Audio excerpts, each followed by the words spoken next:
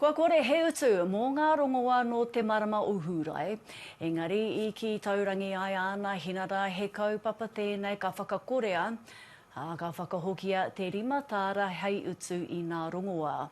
Ko ngā kaipupuri kāri koura, kāri hapori hoki ka kore e utu, engari hei tā te upoko o ngā kaitiaki o te puna rongoā.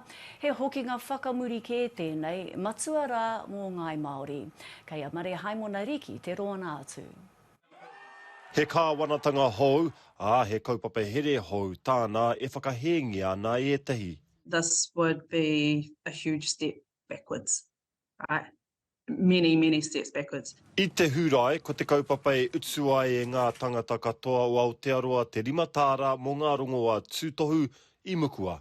It has made a big difference in terms of people picking up their medications, people getting it then and there, and treating what they need to treat, especially for people that can't afford it, our rural whānau and especially Māori. Māori communities have been a big part of that achievement, you know, because their voices have raised concern around cost being a barrier. It is not new to us that cost is a barrier when it comes to the health system, and prescriptions are definitely one of those access points that create the barrier. Hei oi, hei tāna hinara me itsu taua itsu e te katoa, haunga rā te hunga mau kāri koura, kāri hapori rānei. Doesn't make sense to me that people that are on benefits, people that are kaumātua mā that are on pensions, people with community services cards, it doesn't make sense to me that they get money from the government for the government to take it back on the other hand. It could work if it becomes a targeted approach,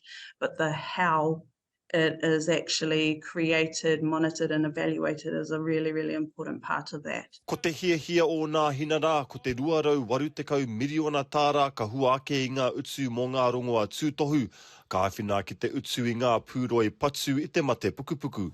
I don't think it's a valid reason. I think they need to find money from somewhere else. Because yes, those whānau do need the cancer treatments and it should be broadening in terms of our access, but at the sacrifice of what already is an issue in terms of health equity, access to medications. Mare haimona riki, te ao mārama.